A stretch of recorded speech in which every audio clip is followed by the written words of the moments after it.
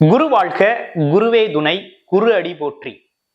2025 வரக்கூடிய குரு பெயர்ச்சி பலன்கள் எப்படி இருக்க போகுது அப்படிங்கிறதை பற்றிய விரிவான தெளிவான ஒவ்வொரு ராசிக்கும் எப்படி இருக்கும், என்ன செய்யலாம், என்ன செய்யக்கூடாது, என்ன விதமான வழிபாடுகள் நல்லா இருக்கும் அப்படிங்கிறதை பற்றிய முழு வீடியோ அப்படிங்கிறது இதன் மூலமா நம்ம பார்க்க போறோம். அந்த வகையில குரு அப்படிங்கிறவர் யார், எப்ப நடக்குது குரு பெயர்ச்சி அப்படின்னு பார்த்தோம்னா, வருகின்ற மே மாதம் 14ஆம் தேதி பாத்தீங்கன்னா குரு பெயர்ச்சி அப்படிங்கிறது முழுமையா நடக்குது. இப்ப இந்த காலகட்டத்துல குரு பகவான் அப்படிங்கிறவர் பாத்தீங்கன்னாக்க ரிஷப ராசியில் இருந்து மிதுன ராசிக்கு பெயர்ச்சி ஆகுறார். குரு அப்படிங்கிறவரு வாழ்க்கையில மிகவும் முக்கியத்துவம் வாய்ந்தவரா இருக்கிறார். குரு பார்த்தால் கோடி நன்மை. அது மட்டும் இல்லாம குருவில்லாத வித்தை பால் அப்படின்னு சொல்லுவாங்க. குருவருள் இல்லையேல் திருவருள் இல்லை அப்படிங்கிறதெல்லாம் குருவுக்கான முக்கியத்துவங்களை குறிக்கக்கூடிய ஒரு அமைப்பு. அதே போல குரு எப்பேற்பட்ட தோஷங்களையும் போக்கக்கூடியவர். குரு பார்த்தால் அனைத்து பாவங்களும் நீங்கிரும், சகல விதமான நன்மைகளும் பிறக்கும் அப்படிங்கிறது தான். அப்ப ஒவ்வொரு வருடமும் பாத்தீங்கன்னா ஒவ்வொரு ராசிக்காரர்களும் குரு நம்மளை பார்க்க மாட்டாரா அப்படின்னு ஏங்குற ஒரு அமைப்புகள் அப்படிங்கிறது உண்டு. குரு அப்படிங்கிறவர் யார் அப்படின்னா ஜீவனக்காரகர், புத்திக்காரகர், குழந்தைக்காரகர். அது மட்டும் இல்லாம வாழ்க்கையில ஒரு வழிகாட்டியா இருக்கக்கூடியவர், ஒரு நல்ல ஆசிரியரா இருக்கக்கூடியவர். இவங்கெல்லாம் பாத்தீங்கன்னா குரு அமைப்பு அப்படிங்கிறது உள்ளது.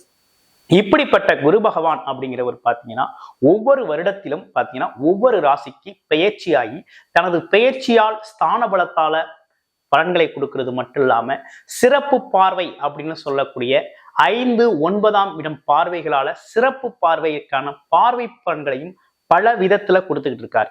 அந்த மாதிரி விஷயத்துல கொடுக்கையில இவருக்கு எந்த ஒரு வீடும் நட்பு பகை பேதங்கள் அப்படிங்கிற ஒரு விஷயமே இவர் கிடையாது.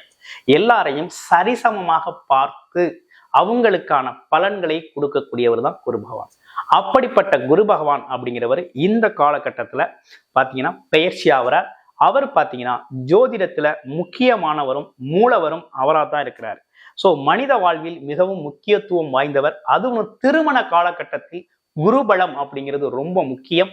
அப்பதான் திருமண சுபகாரியங்கள் சுப நிகழ்ச்சிகள் நடத்துறதுக்கு மிகவும் அற்புதமாக இருக்கும், மகிழ்ச்சி அதிகரிக்கும், உன்னதமான விஷயங்கள் நடக்கிறதுக்கு வழிவகுக்கும்.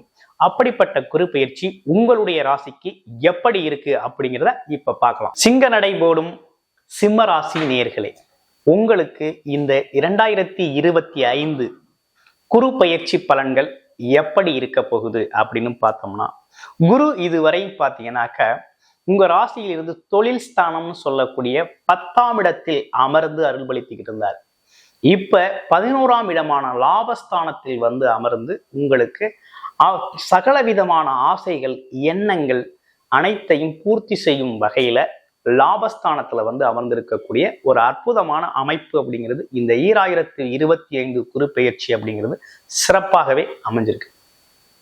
இந்த குரு ஸ்தான பலம் பெற்றிருக்காரு. உங்களுக்கு குரு யார் அப்படின்னு பார்த்தோம்னா பாக்கியாதிபதி, 5 குடையவர், புண்ணியாதிபதினு சொல்லக்கூடிய குரு பகவான் 11ஆம் இடமான லாபஸ்தானத்தில் அமர்வதால் அவர் பார்த்தீங்கன்னாக்க உங்களுடைய ஆசைகள் எண்ணங்கள் கனவுகள் லட்சியங்கள் அனைத்தையும் நிறைவேற்றி கொள்ளக்கூடிய நல்லதொரு குரு பயிற்சியாக இந்த குரு பயிற்சி அமர்ந்திருக்கு.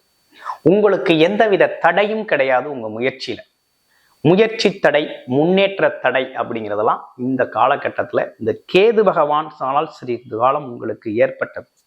ஆனா இப்ப அந்த மாதிரி தடைகள்லாம் அகற்றும் வகையில பாத்தீங்கன்னா சிறப்பாக குரு அமர்ந்திருக்கிறார்.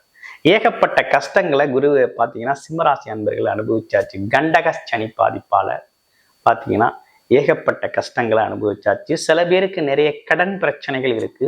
சில பேருக்கு பார்த்தீங்கன்னா அரசியல்ல பார்த்தீங்கன்னா ஒரு சரியான முன்னேற்றம் இல்லை. இன்னும் ஒரு சிலருக்கு வேலை பார்க்கும் இடங்கள்ல சரியான அங்கீகாரம் கிடைக்கல, நாம மதிப்பு மரியாதை கிடைக்கல, அந்த வேலைக்கான உயர்வு அப்படிங்கிறதும் கிடைக்கல. இப்படிப்பட்ட அமைப்புகளுக்காக போராடி கொண்டு இருக்கின்ற சிம்மராசி அன்பர்கள்லாம் வருமானம் சார்ந்த விஷயம் எப்படி இருக்க போகுது அப்படிங்கிறத பார்க்கணும். இப்ப வருமானம் சார்ந்த விஷயம் நல்லா இருக்குமா அப்படின்னா கண்டிப்பாக நல்லா இருக்கும். எப்போதும் போல உங்களுடைய வருமானம் அப்படிங்கிறது பல மடங்கு அதிகரிக்கக்கூடிய வகையில இருக்கு. அதுலயும் பார்த்தீங்கன்னா உழைப்பில்லாத வருமானம்னு சொல்லக்கூடிய பார்த்தீங்கன்னா குறிப்பாக ஒரு உதாரணத்துக்காக பார்த்தீங்கன்னா ரியல் எஸ்டேட் தொழில் செய்கிறாங்க இல்லையா, அதில் பேசுறது தான் வேலை. ஒரு 2 பேருக்கு இடையில பார்த்தீங்கன்னா இவங்க மீடியேட்டராக இருந்து இந்த இடத்தை ஒரு இடத்தை 2 பேருக்கும் பேசி விடுவாங்க. அதனால வரக்கூடிய கமிஷன் அப்படின்னு எடுத்துக்கிட்டோம்னா இதோட வேலை எவ்வளவு நாள் இருக்கும், இதோட உழைப்பு எந்த அளவுக்கு இருக்கு அப்படின்னு பார்த்தோம்னா ஒரு பெரிய உழைப்பு இல்லை, ஆனால் மிகப்பெரிய வருமானம். அதுல மிகப்பெரிய வருமானம் அப்படிங்கிறத சந்திப்பாங்க. இந்த மாதிரி கமிஷன் தொழில்கள்ல மிகப்பெரிய வருமானம் அப்படிங்கிறத எடுக்க முடியும். அது இந்த தொழில் மட்டுமல்ல, கமிஷன் தொழில்கள் காமனாக கமிஷன் தொழில்களில் ஈடுபடக்கூடிய சிம்மராசி அன்பர்களுக்கெல்லாம் நல்ல லாபம் கிடைக்கும். அது மட்டும் இல்லாமல் ஷேர் மார்க்கெட்டில் இருக்கிறவங்க, பொருளை கைமாற்றி கொடுக்குறவங்க, அதாவது பிஸ்னஸில் இருக்கக்கூடியவங்க, அதாவது ஹோல்சேல் முதலீட்டு முறை, ஹோல்சேல் சேல்ஸில் இருக்கவங்க, அந்த மாதிரி வியாபாரத்துறையில் இருக்கிறவங்களுக்கெல்லாம் நல்ல வருமானம் அப்படிங்கிறத எதிர்பார்க்கலாம். அதே போல் நீண்ட நாளாக பெண்டிங்கில் இருக்கு இல்லையா, பணம் வராமல், கொடுத்த பணம் வராமல் இருக்கிறது, அது மட்டும் இல்லாமல் ஒரு இடத்துல எதிர்பார்த்துருப்பீங்க அது வராமல் இருக்கிறது, உங்களோட தாத்தா முன்னோர்கள் வழியில உங்களுக்கு வர வேண்டிய சொத்துக்கள் வராமல் இருந்தது, இவை அனைத்துமே நடக்கக்கூடிய நல்ல சூழ்நிலை உருவாயிருக்கு. இவை அனைத்தும் உங்களுக்கு சாதகமாக நடக்கும், நல்ல பலன்களை தரும். அப்ப பலவிதமான லாபங்கள் அப்படிங்கிற விஷயத்த இந்த காலகட்டத்துல நீங்க அடையலாம். அடுத்து தைரியம், தன்னம்பிக்கை பிறக்கும். எப்போதும் இல்லாத அளவுக்கு ஒரு தைரியம் வரும், துணிச்சல் வரும். துணிச்சல் தைரியத்துக்கு உங்களுக்கு சொல்ல வேண்டிய அவசியம் இல்லை. இயல்பாகவே சிம்மராசி அன்பர்களை பொறுத்தவரையில தன்னித்து ராஜநடை போடக்கூடியவர்கள். ஆமா, எப்பேற்பட்ட விஷயத்தையும் கண்டு கலங்காதவர்கள், ஒரு கை பார்க்கலாம் அப்படின்னு நின்றக்கூடியவர்கள், எந்த சூழ்நிலையிலிருந்து கீழே வந்தாலும் திரும்ப அதே இடத்திற்கு குறிப்பிட்ட காலத்துல ரீச் ஆகக்கூடிய ஒரு அமைப்பும் தெளிவும் அந்த நுணுக்கமும் உடையவர்களா இருக்கக்கூடிய உங்களுக்கு தைரியம், தன்னம்பிக்கை அப்படிங்கிற ஒரு விஷயம் அதிகரிக்கிறது மட்டுமல்லாது முயற்சிகள் அனைத்துமே பலிதமாகக்கூடிய லாபங்களாக மாறக்கூடிய அமைப்பு இருக்குது. அடுத்து குழந்தைகளால் பெருமை பெறக்கூடிய அமைப்பு இருக்குது. குழந்தைகள் பார்த்தீங்கன்னா உங்களுக்கு பெருமை சேர்ப்பார்கள், அவங்களோட கல்வி நிலை நல்லா இருக்கும், குழந்தைகளை பற்றி யோசிப்பீங்க, குழந்தைகளுக்கு என்ன செய்யலாம், என்ன விதமான விஷயங்கள் நல்லா இருக்கும் அப்படிங்கிற விஷயத்த செய்யக்கூடிய காலகட்டம். அடுத்து சிம்மராசி அன்பர்களுக்கு குழந்தை பிறப்பு, நீண்ட நாளா குழந்தை பாக்கியம் இல்லை அப்படின்னா இந்த காலகட்டத்துல கண்டிப்பாக உறுதியாக குழந்தை பாக்கியம் ஏற்படும். குலதெய்வ அருளால் குழந்தை பாக்கியம் கிடைக்கும். குழந்தைகள் பார்த்தீங்கன்னா குழந்தைகளுக்கு திருமணம் செய்கிறது, அதே போல குழந்தைகளுக்கான ஃபங்க்ஷன்ஸ் நடத்துறது, அதாவது காதணி விழா, அந்த மாதிரி குழந்தைகளுக்கான ஃபங்க்ஷன், அவங்களுக்கு சிறப்பு செய்யும் விதமாக அவங்களுக்கான ஒரு திருமண ஏற்பாடு, இப்படிப்பட்ட விஷயங்கள்லாம் செய்யறதுக்கெல்லாம் ஒரு நல்ல காலகட்டம் தான் அந்த காலகட்டம். உங்களுக்கும் உங்க குழந்தைகளுக்கும் பிள்ளைகளுக்குமான நெருக்கம் அதிகரிக்கக்கூடிய காலகட்டம், குலதெய்வ அருள் முழுமையாக கிடைக்கக்கூடிய காலகட்டம், குலதெய்வம் கோயிலுக்கு சென்று வரக்கூடிய ஒரு அமைப்பு அப்படிங்கிறது ரொம்ப நல்லா இருக்கு. கனவுகள், காட்சிகள், லாபங்கள், அதிர்ஷ்டங்கள் அனைத்தும் கிடைக்கக்கூடிய ஒரு அற்புதமான அமைப்பு அப்படிங்கிறது ஏற்பட்டிருக்கு. அடுத்து பார்த்தீங்கன்னா திருமண பாக்கியங்கள் கைகூடும். அதாவது நீண்ட நாள் திருமணம் ஆகாம இருக்கக்கூடிய நண்பர்களுக்கெல்லாம் இந்த காலகட்டத்துல உறுதியாக திருமணம் நடக்கும், கண்டிப்பா நடந்தே ஆகும், கவலையே பட வேணாம், திருமணம் நடக்கும். அதே போல ஜாயிண்ட் பிசினஸ், கூட்டு தொழில்கள்ல இருந்த மனக்கசப்புகள் நீங்கும், ஒருத்தருக்கு ஒருத்தர் பேசி அந்த பிசினஸை டெவலப் பண்றதுக்காக அடுத்த கட்ட முயற்சிக்கு கொண்டு போய் அதுல ஒரு நல்ல லாபத்தை பார்க்கக்கூடிய அமைப்பு அப்படிங்கிறது உருவாகுது. அப்புறம் போட்டி பந்தயங்கள், அதாவது விளையாட்டு துறைகள்ல இருக்கக்கூடியவங்களாம் நல்ல ஜெயிக்கக்கூடிய ஒரு அமைப்பு அப்படிங்கிறது சிறப்பா இருக்குது சிம்மராசி நண்பர்களுக்கு. நண்பர்களோட ஒற்றுமை அதிகரிக்கும்.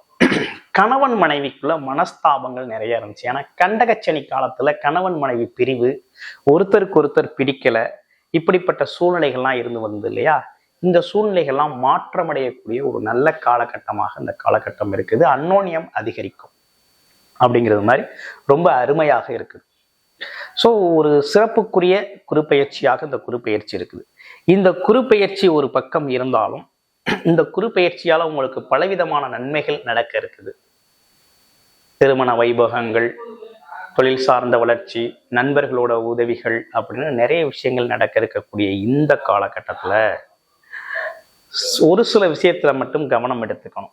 ஏன்னா இவ்வளவு பலம் இருக்கக்கூடிய இந்த காலகட்டத்துல சனி பகவான் அஷ்டமச்சனியாக அமர்ந்திருக்கக்கூடிய அமைப்பு அப்படிங்கிறது இருக்குது. இந்த அஷ்டமச்சனி காலத்துல அவர் என்ன செய்வார் அப்படின்னா,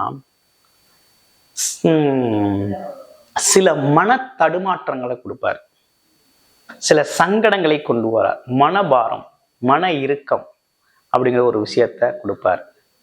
இந்த விஷயத்துல கொஞ்சம் கூடுதல் கவனம் எடுத்துக்கணும். தர்ம காரியங்கள், புண்ணிய காரியங்கள்ல ஈடுபடணும். யோகா, மெடிடேஷன் போன்ற விஷயத்துல கவனம் எடுத்துக்கிட்டா ரொம்ப சிறப்பா இருக்கும். இந்த காலத்துல நீங்க வழிபட வேண்டிய தெய்வங்கள் அப்படிங்கிறது எடுத்துக்கிட்டோம் அப்படின்னா, சிம்மராசி அன்பர்களை பொறுத்த வகையில சனிக்கிழமைகள்ல ஆஞ்சநேயருக்கு நெய் விளக்கு ஏற்றி வழிபாடு செஞ்சுக்கிட்டு வந்தீங்க அப்படின்னா ரொம்ப சிறப்பா இருக்கும். அவரால் உங்களுக்கு பாதிப்புகள் இல்லாது இந்த குரு பயிற்சி பலன்கள் அனைத்தும் சிறப்பாக நடக்கும். உங்களுடைய ராசியில் இருக்கக்கூடிய முதல் நட்சத்திரம் மக நட்சத்திரம். எதையும் தைரியம், தன்னம்பிக்கையோடு எதிர்கொள்ளக்கூடியவர்கள், எதிரிகளை கூட எளிதில் வெல்லக்கூடியவர்களா இருக்கக்கூடிய உங்களுடையது ஸ்ட்ராங்கான மனோபாவம் கொண்டவர்கள். உங்களுக்கு எப்படி இருக்கு இந்த காலகட்டம் அப்படின்னு பார்த்தோம்னா, இந்த காலகட்டம் உங்களுக்கு மிகப்பெரிய முன்னேற்றத்தை தரும் வகையில தான் அமைஞ்சிருக்கு.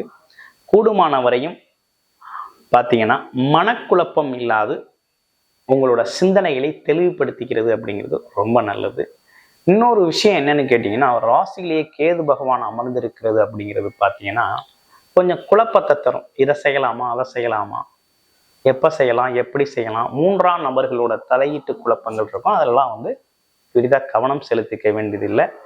ஆமா, நீங்க வழிபட வேண்டிய தெய்வம்னு எடுத்துக்கிட்டோம்னா விநாயகர் வழிபாடு அப்படிங்கிற ஒரு விஷயத்த தொடர்ச்சியா செஞ்சுக்கணும். அடுத்து பூரம் நட்சத்திரம் பார்த்தீங்கன்னா எப்போதும் கலகலப்பாக இருக்கக்கூடிய ஒரு அமைப்பு அப்படிங்கிறது உண்டு. கலகலப்பு அமைப்பையும் தாண்டி பார்த்தீங்கன்னா கவிதை உணர்வு, கலை உணர்வு, அரசியல் சார்ந்த விஷயங்களின் ஈடுபாடு, தன்னை கவர்ந்திருக்கும் விதமான பேச்சு, இதெல்லாம் இருக்கக்கூடிய உங்களுக்கு இந்த காலகட்டம் பார்த்தீங்கன்னா மிகப்பெரிய உயர்வை தரக்கூடிய பொன் பொருளாதார சேர்க்கை ஏற்படுவது மட்டுமல்லாது ஒரு முன்னேற்றமான பாதை அப்படிங்கிறது ரொம்ப சிறப்பா இருக்குது. கணவன் மனைவி ஒற்றுமை சார்ந்த விஷயத்துல கொஞ்சம் கூடுதல் கவனம் எடுத்துக்கங்க. விட்டு கொடுத்து போறது மிகவும் சிறப்பை தரும். பொறுமையும் நிதானமும் அவசியம். அடுத்து உத்திரம் நட்சத்திரம். உத்திரம் நட்சத்திரக்காரர்களை பொறுத்த வகையில இந்த காலகட்டத்துல பாத்தீங்கன்னா அரசு காரியங்கள், அரசு சார்ந்த விஷயங்கள்லாம் ரொம்ப சிறப்பா நடக்கும். அதே போல எக்ஸாம் எழுதுறீங்க, போட்டித் தேர்வுகள்ல வின் பண்ணக்கூடிய ஒரு அமைப்பெல்லாம் இருக்குது, ஜெயிக்கக்கூடிய அமைப்பு இருக்கு, வேலை வாய்ப்புகள்ல வெற்றி பெறக்கூடிய அமைப்பு இருக்கு, நிர்வாகத்திறன் சார்ந்த விஷயத்துல வெற்றி பெறக்கூடிய அமைப்பு இருக்கு, சொந்த தொழிலும் முன்னேற்றம் அடையக்கூடிய அமைப்பு, பதவி சார்ந்த விஷயங்கள்ல பாத்தீங்கன்னா நல்ல ஒரு பொறுப்புடைய தலைவர்களா வரக்கூடிய அமைப்புகள் அப்படிங்கிறதெல்லாம் இந்த காலகட்டத்தில் இருக்கு. கடமை கண்ணியத்தோடு செயல்பட்டீங்க அப்படின்னா இந்த காலகட்டம் உங்களுக்கு மிகப்பெரிய உயர்வை தரும். இப்ப நீங்க வழிபட வேண்டிய தெய்வம் அப்படின்னு எடுத்துக்கிட்டோம் அப்படின்னா, ஒரு முறையாவது திருச்செந்தூர் முருகன் வழிபாடு அப்படிங்கிறது முக்கியம். நம்ம போயிட்டு வந்துருங்க. ஒரு சிறப்பான வழிபாடு அப்படிங்கிறத வெள்ளிக்கிழமைகள்ல போய் வழிபாடு பண்ணிட்டு வாங்க, ரொம்ப நன்மை தரும். அடுத்து பார்த்தீங்கன்னாக்க சனிக்கிழமைகள்ல ஆஞ்சநேயருக்கு நெய் விளக்கேற்றி வழிபாடு செய்கிறது அப்படிங்கிறது கூடுதல் நன்மையை பெறக்கூடிய ஒரு அமைப்பு அப்படிங்கிறது இருக்குது.